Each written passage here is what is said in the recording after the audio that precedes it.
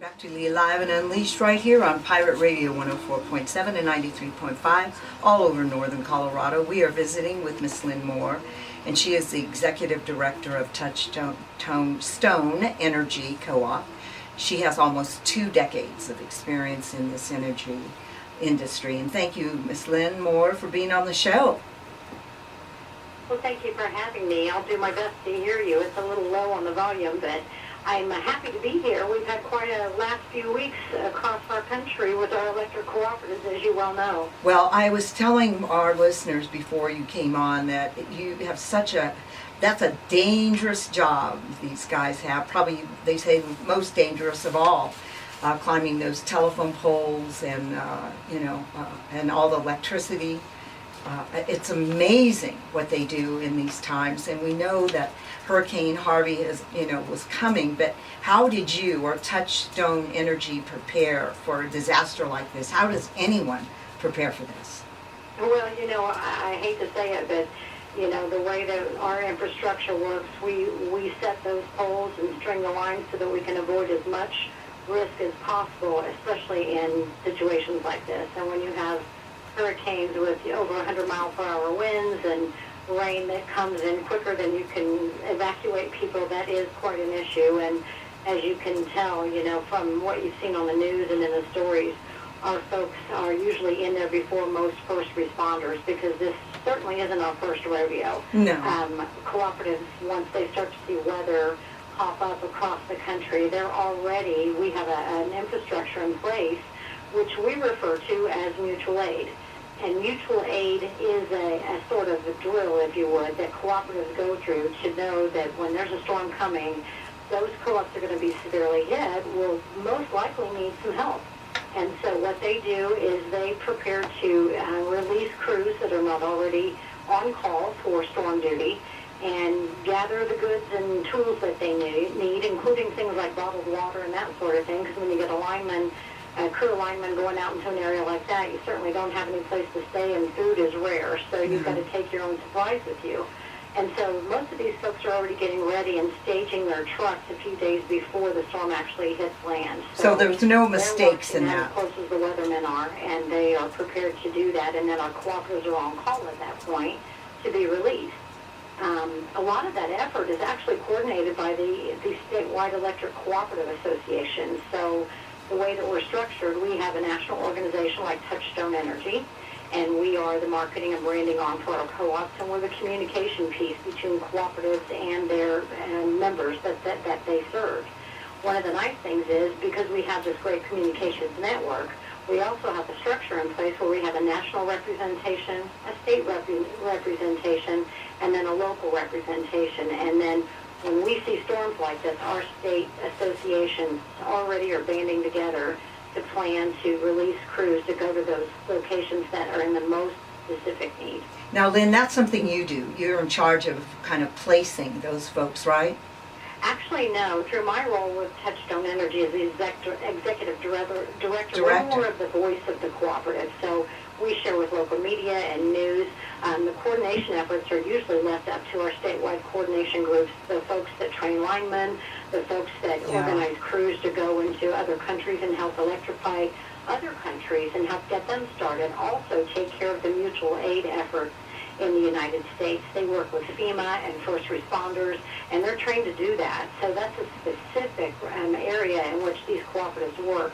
And we just help coordinate efforts nationally across the country to make sure that folks know what's going on and what's coming out of these storms. So you're the media. Linemen are actually facing, and you get all those lines back energized, as well as getting people reconnected to their electric service. Exactly. And I guess I was a little misinformed because I thought you actually placed some of the people in these very strategic areas, but that's okay. I wanted to ask you, in one of the emails we had, and that's why I was really heading toward this question. Can you talk about any risks in this process? And not your piece, but I'm sure you know some of the experience that you've had, what kind of risks are involved with these linemen.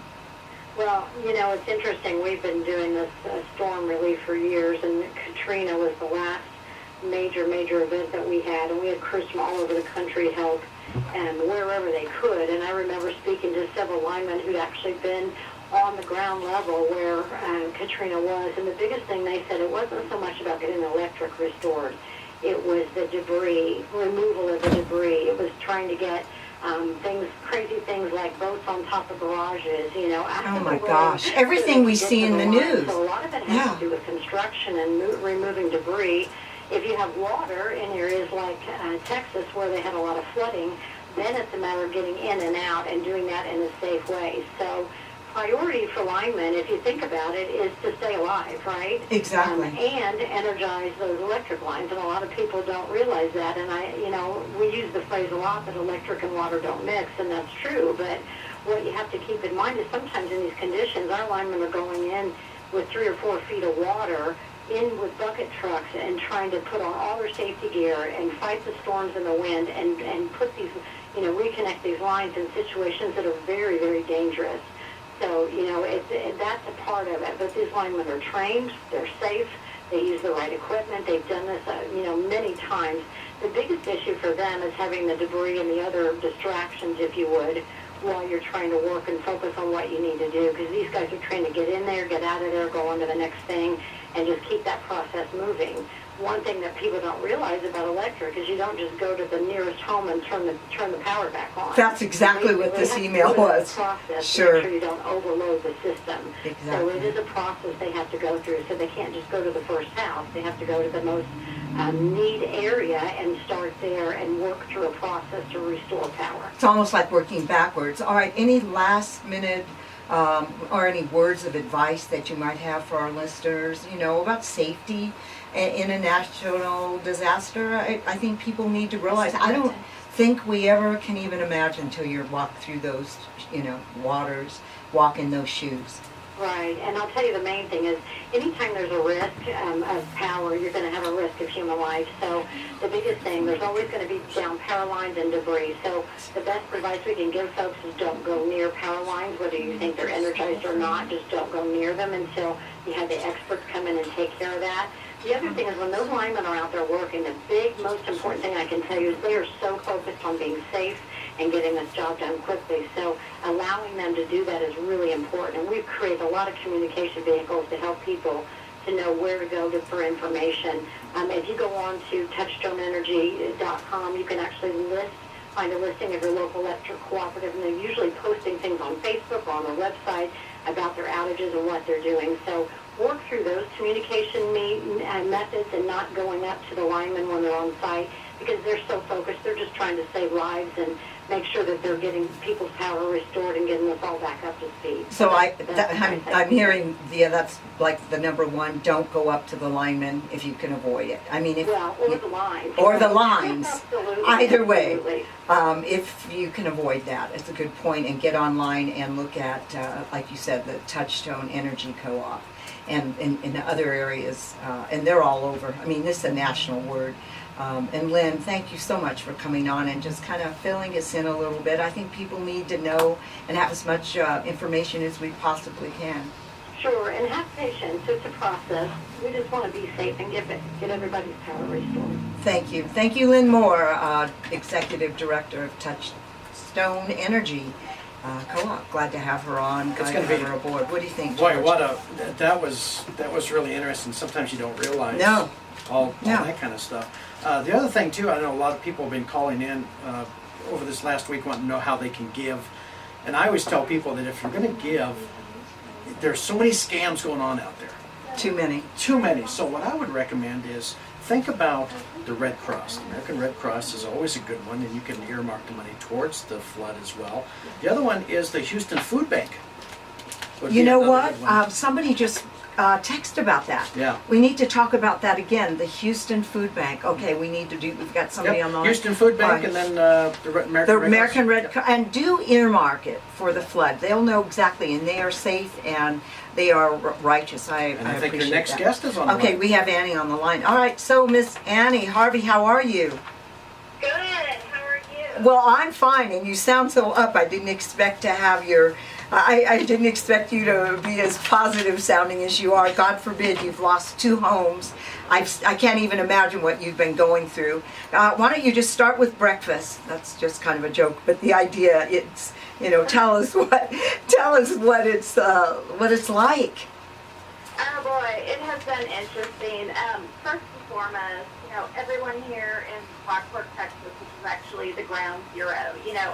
2 weeks ago, I couldn't tell people I lived in Rockport because they had never heard of the town, and now that's pretty much all everyone is talking about. Yep, it's definitely on the forefront. Here, first and foremost, we are thinking about the people who lost their lives, and quite honestly, our neighbors in Houston. The hurricane came in here. We've suffered mass destruction, but I was so proud of my community because I was watching the Houston news, and some people from Rockport were like, our town's devastated, but we can't do anything yet. We still have to wait so we can come down and help the people in Houston. So it's that kind of spirit where this really brings out the best in people. No, you're very lucky. We've been hearing that all over the news, that people have just been like partnering, and there's no lines. In fact, I just said something earlier in a segment that when they come to get help, you're not saying, are you a Democrat, are you Republican? I don't think anybody cares, what color the skin is or what religion you might be. They're just so grateful to have those arms reaching out to them. Oh, we definitely are. And then the other thing, too, is, to make sure that people understand, the things that you see, we actually came down Sunday ahead of time. So actually see the first responders. And part of that is because, you're at home, somewhere else, watching what's going on down there. And you just want to know what's going on in your little neighborhood. Mm-hmm. And, you're going, please just point the camera, a couple feet that way so I can see what the construction is. So actually came down before the crews were here and really saw everything at first blush. And, it's basically what they say about tornadoes. And things don't make rhyme or reason.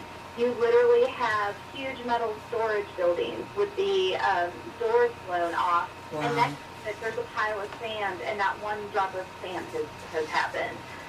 The town kind of looks like an angry child came in and just tore it apart. Had a fit all over the place.